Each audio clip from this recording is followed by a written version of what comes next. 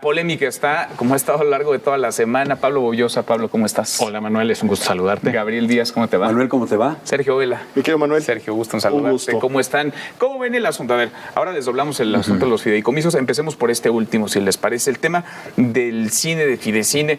¿Cómo se opera? ¿Cómo se aplica? ¿Qué tanto realmente le retribuye a los mexicanos? ¿Qué tanto en una situación como esta el dinero quizá podría reevaluarse, reencauzarse, no desaparecer de todo, pero quizás sí repartirse? ¿Cómo lo ves, Pablo? Bueno, lo importante, claro que es importante el dinero en ese sentido, pero aquí lo importante es que estamos hablando de un cierto tipo de estructura. Es decir, los fideicomisos se crearon para que no fuera decisión de un funcionario de gobierno en qué gastar el dinero. Eso es lo que está en juego. Si vamos a regresar a un esquema previo a la creación de muchos de estos fideicomisos, donde las autoridades en turnos, el gobierno en turno de la ideología que sea, va a decidir qué proyectos apoya. El funcionario en turno va a decidir qué proyectos apoya. Entonces, hay fideicomisos como este del cine, como el de la ciencia y la tecnología, como el que apoya a los periodistas y a los defensores de derechos humanos, donde el chiste, la figura del fideicomiso de lo que se trata es de que no sea el funcionario en turno quien decida qué proyectos apoyar, cómo gastarse el dinero.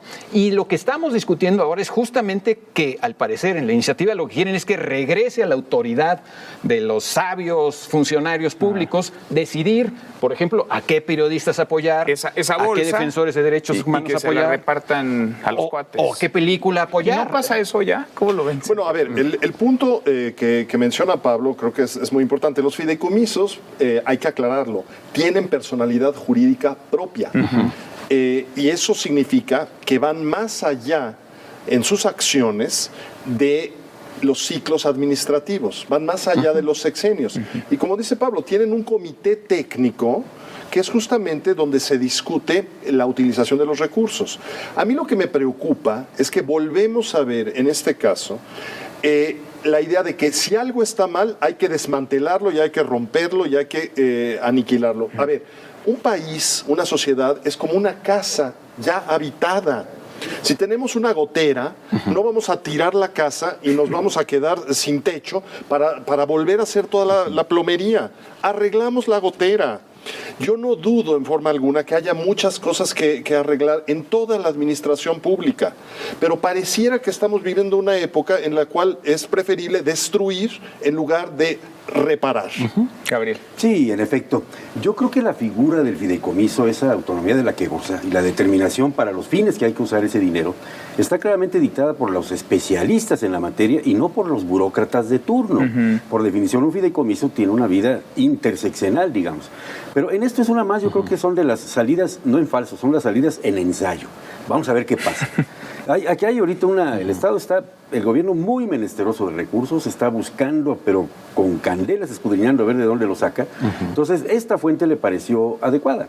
Pero yo estoy muy de acuerdo con lo que acaban de decir. Bueno, ¿por qué no primero ver dónde está funcionando bien, dónde está funcionando mal y aplicar el correctivo? Porque tampoco son perfectos. Tampoco son perfectos. A ver, porque No, desde luego. de pronto uno ve las películas a las que se apoya, habrá unas muy buenas, habrá unas más o menos, habrá otras malísimas. Pero es parte de una industria. Es parte de una industria, pero ¿cómo se van tomando esas decisiones? Sí queda claro, porque de pronto pues uno ve los mismos nombres, de repente uno ve los mismos proyectos, uno ve que hay gente pues que a lo mejor no sale nunca por dinero de la iniciativa privada para financiar sus proyectos, sino que los financia con dinero de los mexicanos, de los ciudadanos. Dinero que hoy, pues hay que decirlo, en la situación inédita en la que nos encontramos, se necesita en otros frentes. No digo que desaparezca, digo, está completamente, correctamente transparentado la forma en la que operan los fideicomisos. A mí me parece que muchos de ellos sí.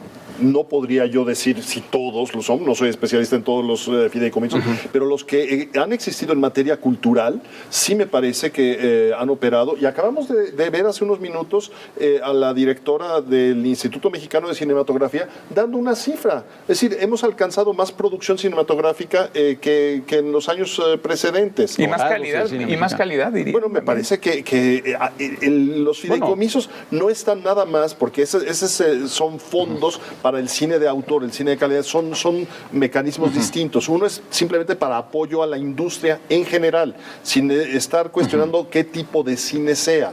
Y es una industria que da muchísimas fuentes de trabajo. Pero fue la propia Dolores Padierna quien ayer o anteayer dijo, el gobierno necesita más recursos, vamos a quitar. Eso lo dijo. Jalemos la cobija. Necesitamos dinero, entonces vamos a quitárselo a lo que está funcionando bien, mal o regular, sin hacer distinto. Que agarró parejo, porque también fue, iba a ser el Fonden, por ejemplo, ¿no? Es lo que te iba a mencionar. Desastres naturales. El Fonden son de las cosas un huracán, un sismo. Bueno, en México nos acabamos los fondos de emergencia antes de que llegara la emergencia. Bueno, la mitad de los fondos de emergencia nos los sacábamos antes de que llegaran, ¿no? Sí, el del Fondo para la Estabilización de los Ingresos Presupuestales, imagínate, ya se dispuso de la mitad. Y no hemos tenido, sino esta gran emergencia. La mitad ya te los gastaste antes de que empezara la emergencia. Imagínate lo que va a pasar con el Fonden. Somos un país en donde tiembla. Lo único que sabemos es que tiembla, no sabemos cuándo. Y seguirá temblando. Hay huracanes, hay todo esto. Entonces, entrarle con el hacha y no con el bisturí a remendar estas cuestiones es lo que me parece mal.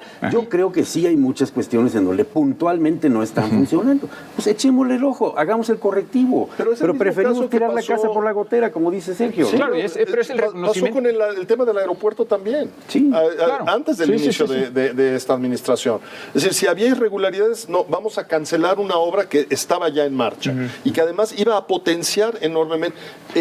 Podemos discutir muchas cosas, pero la obra estaba en marcha. Sí. En el fondo es el reconocimiento de un gran fracaso, que es el fracaso del gobierno para poder hacer investigación, para poder hacer una buena acusación, para llevar a juicio a quien deba ser llevado a un juicio imparcial y para dictar una sentencia, ¿no? O sea, si no tienes esas herramientas que deben tener un Estado de Derecho, pues entonces agarras, como dices tú, no el bisturí, sino agarras con martillo a ver qué pasa, ¿no? Pero si hay que negociar una cantidad de dinero es distinto que negociar la estructura, porque lo que está en riesgo es otra vez una visión de muy corto plazo, vamos a arreglar nosotros nuestro problema ahorita, quién sabe qué pase después, porque después de ti, a lo mejor hoy la secretaria de Gobernación o la de cualquier dependencia son muy brillantes y muy ecuánimes y distribuyen bien el dinero, pero estás volviendo a poner en manos de personajes políticos nombrados por el presidente en turno cómo disponer de los recursos, porque ellos dicen, no, vamos a acabar con los fideicomisos, pero los recursos van a estar ahí, no se preocupen. Pero ahora la decisión ya no va a ser de un comité técnico y de especialistas, sino del burócrata en turno. Eso es lo que es grave. Porque me quedo con una preocupación que mostraba inicialmente Manuel. No sabemos exactamente cómo funcionan porque, en efecto, son inescrutables. Muchas veces escapan no solo a la revisión del Estado, sino del ciudadano mismo. Hay fondos públicos, ¿no? Hay fondos públicos metidos ahí. Tenemos todo el derecho al ciudadano común de decir de qué manera se están destinando esos fondos, ¿no?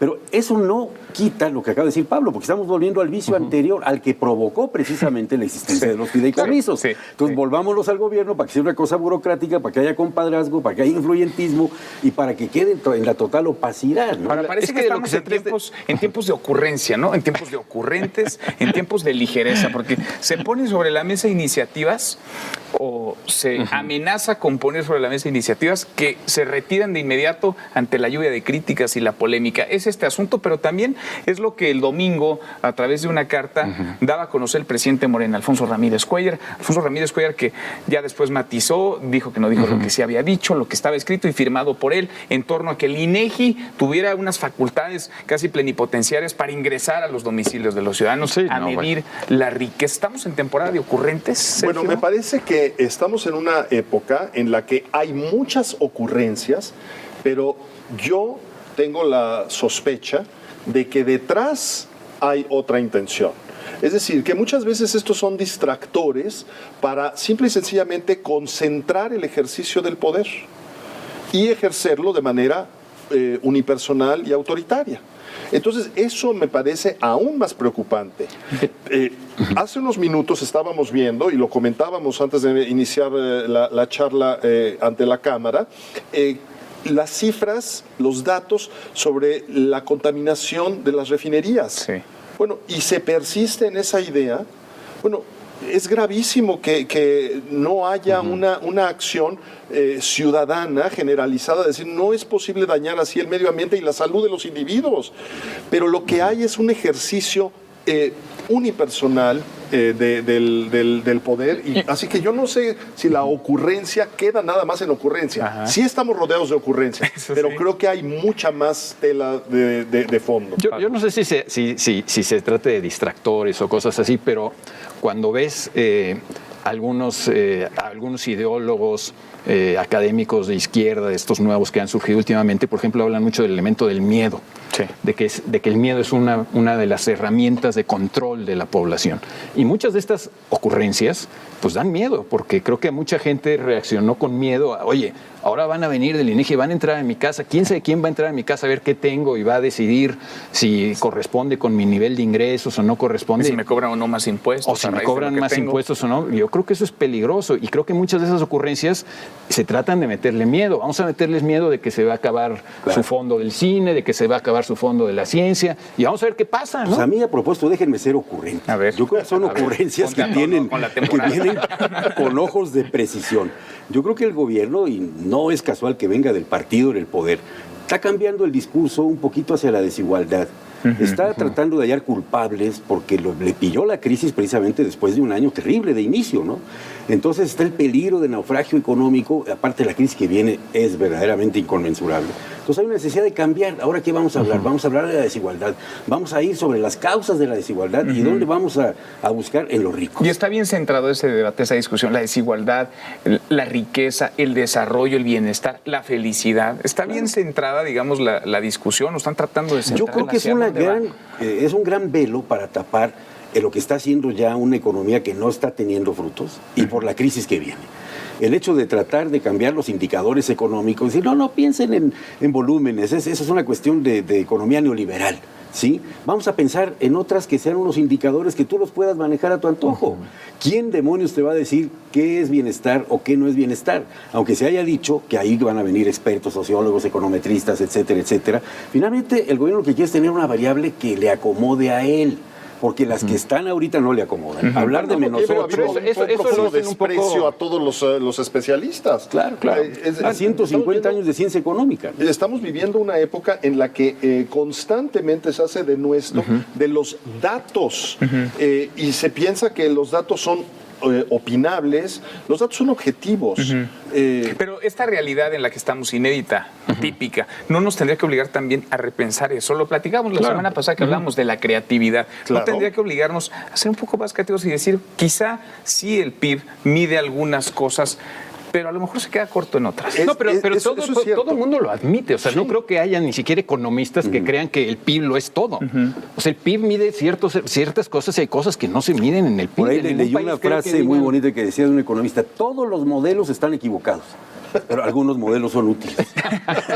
No, bueno, la cosa aquí, y tiene que ver con el tema también de los fideicomisos, es que tienes que tener estrategias, que tienes que poder evaluar y supervisar y mejorar en parte debido a la evaluación y todo esto. Entonces, si desprecias el conocimiento acumulado, estás realmente echando por la borda algo que ha costado mucho trabajo. Lo más grave es que se desprecia la crítica. Es decir, cualquier opinión fundamentada, que sea discordante con respecto a un discurso ya dado, resulta inmediatamente denostada, echada por la borda, descalificada. Como si se tratara de una cuestión moral, además, como si fuera un asunto de buenos contra malos, cuando la verdad en una sociedad, bueno, la pluralidad es enriquecedora. Lo que tenemos que empeñarnos en construir es un debate a la altura de una sociedad civilizada, donde podamos disentir y podamos confrontar ideas, pero también tengamos datos objetivos que nos permitan tomar las mejores decisiones. Es perfectamente legítimo que tal o cual gobierno tenga tal o cual orientación. Para eso existen también las reglas de alternancia en el poder. Eso no se discute, pero no es posible que se desmantele todo y se descalifique la opinión contraria. Eso me parece gravísimo. Lo que se llama hablas de lo que se llama el principio de racionalidad, ¿no? Que consiste en admitir que nadie posee toda la razón y que a lo mejor yo estoy equivocado, pero pues tenemos que construir una razón común discutiendo, escuchando razonamientos, no descalificaciones de... Y los momentos de crisis son aquellos en los que ponen a prueba justamente a los líderes políticos en todo el mundo, a lo largo de la historia, para saber si actúan con esa sensatez de ponerse de acuerdo incluso con sus adversarios. Por eso yo diría con mucho cuidado otra vez sobre el tema de las ocurrencias. Si las miras en conjunto, como piezas de rompecabezas, tienen una dirección. Es decir, una recuperación de una rectoría del Estado perdida y que el gobierno se haga cargo de todo, sobre todo de las cuestiones que tengan que ver con dinero, con presupuesto, y que otra vez todo pase por el tamiz de la decisión. Pero hay un aspecto que es muy preocupante, Gabriel, y es que está probado que ese modelo no funcionó. Es decir, yo no estoy diciendo que no haya igual perfectibilidad en otros modelos, pero el Estado administrador, el Estado omnipotente no ha funcionado. Pero a ver, el Estado además tiene una serie de responsabilidades muy básicas, que es donde deberíamos enfocarnos. El Estado debe antes que nada garantizar la vida de las personas. Esto significa antes que nada que no te la quite un maloso con violencia. Seguridad, ¿no? Número 1. Seguridad, salud. Esas son las cosas donde el Estado tiene una responsabilidad enorme que nadie le disputa. Que yo creo que ninguna ideología disputa que el Estado no deba hacerse cargo de la seguridad pública. Hace unos 3 meses lo decía Gabriel Said con la lucidez característica. El Estado existe para dar seguridad. Esa es la primera función. La primera. Si no la da, es un Estado fallido. Pero aún en eso, en lugar de estar construyendo y aprovechando la experiencia, estamos con ocurrencias. De hecho, ni siquiera conocemos cuál es la estrategia. Pero muchachos, ustedes quieren un Estado florero. Bueno, que esté de adorno. Sí, no es adorno garantizar la seguridad. Es una que no aprovechemos, que no evaluemos, que no supervisemos, que no mejoremos en parte debido a la evaluación de lo que realmente sucede. ¿Estas son políticas dictadas desde Palacio Nacional, desde el gobierno, o son ocurrentes queriendo quedar bien o pretendiendo quedar bien con alguien? A mí me cuesta mucho trabajo pensar que en Palacio Nacional no sabían que Ramírez Cuéllar iba a salir con una iniciativa como la del INEGI. Porque, a ver, pero le llovió de todos lados. A ver, le llovió de sus propios compañeros de partido. El propio presidente lo descalificó. Pues te digo, son salidas en ensayo. Sí. Vamos a ver qué pasa. A veces sí, yo creo, ¿no? Sí. Buscapiés. Lo de Dolores Padierna, lo mismo. Bueno, ¿no? ya pasó en más de una ocasión con la autonomía universitaria. Unos errorcitos ahí en las iniciativas, esto en el primer año de gobierno, y de repente hay una reacción, y entonces se echa marcha para atrás respecto de algo que no sabemos si es una intención genuina o no lo es. Entonces, es muy difícil, Manuel. Yo creo que no podríamos responder con precisión de dónde viene esto. Pero son varias señales. Sí, pero hay muchas señales. Por una parte, volviendo a lo anterior, hay muchas ocurrencias, pero al mismo tiempo sabemos que hay un voluntarismo. Y ese voluntarismo empieza a permear, porque tenemos además una historia, la historia mexicana está profundamente impregnada de la reverencia al jefe en turno. Entonces, me parece que lo que necesitamos para crecer como sociedad es una actitud mucho más crítica. Ese es un pensamiento liberal. Y de la irreverencia hacia otras formas institucionales del Estado. Es. Ramírez Cuéllar entrando a caballo a la Cámara de Diputados. Pero de ese incidente a yo había visto un Ramírez Cuéllar mucho más sensato como presidente de la Comisión Económica de la Cámara de Diputados. Y de pronto, de la nada, como rayo en el cielo sereno, sale con una cuestión de estas. Me parece demasiada casualidad o una ocurrencia muy ocurrente. Pues sí, no sé. Ahora no tengo ni idea sobre eso, pero yo insisto en que lo que necesitamos es crecer, crear ciudadanía y empezar a evaluar y a mejorar conforme a la evaluación, no andar con ocurrencias tras ocurrencias. En teoría de la creatividad se distingue muy claramente entre la creatividad y la ocurrencia, ¿no? Hay gente muy ocurrente, pero no siempre es la gente más creativa. La creatividad consiste en poner a prueba tus cosas en la realidad y en realmente mejorar la realidad. El ocurrente pues dice cosas que dan conversación, pero no mejora la realidad. Esa creación, construcción, fortalecimiento de una ciudadanía solamente la puede hacer la propia ciudadanía. Es decir, nos toca a nosotros. No esperemos que sea una iniciativa pública, que sea una iniciativa, porque la lógica del poder en todas partes del mundo, a lo largo de la historia, es conservarse y acrecentarse. Sí. Entonces, tenemos que ser los ciudadanos, los individuos, los que propiciemos esa serie de organizaciones que hoy no están particularmente favorecidas. Porque entre los partidos y los tomadores de decisión, digamos, en el poder público no lo estamos viendo. A ver, vemos una descoordinación tremenda entre gobierno federal y gobiernos estatales en el asunto sanitario, económico. Vemos terrible. Un Congreso paralizado, prácticamente está ahí de adorno como testigo en esta emergencia económica y sanitaria. No sesiona. Y una sociedad que perdió toda la organicidad. Digo, con el torbellino de las elecciones últimas, también nos llevamos el sistema de partidos. No hay oposición. No hay partidos fuertes. Las instituciones de la sociedad civil son denostadas a cada rato. Pero ni el partido ni el gobierno está fuerte. Sólido, no, ni eso, porque es un movimiento. Cuando tenemos una institución como es el INEGI, que es confiable, respetable. Bueno, si opina en algo en contra de un discurso público, es descalificada. Si está a favor, es alabada.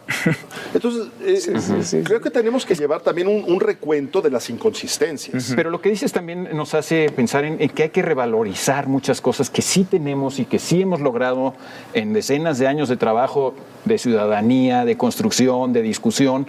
Y esas son las cosas que también tenemos que defender, ¿no? O sea, instituciones que han mostrado en la práctica su utilidad, su beneficio para la gente, y que de pronto las estamos poniendo en dudas, o el gobierno las pone en duda. Es ahí también donde tenemos que defenderlas, porque son creaciones colectivas y como todos los grandes descubrimientos y las herramientas culturales e institucionales, son acumulación de esfuerzo y de conocimiento, que no hay que tirar por la borda. Es que lo que no hay que tirar por la borda es todo lo que se ha logrado en una sociedad. Entonces, pareciera que los últimos 30 años de vida pública, no me refiero nada más de gobierno, de vida del país entero, son desdeñables. Que no implica no moverle nada, no implica no claro que no, pero implica todo está en dinamismo. Sí. Claro, es perfectible, pero tenemos que trabajar en y el eso. otro tema que íbamos a tratar, segundo, muchachos, era el asunto precisamente que tiene que ver con esto.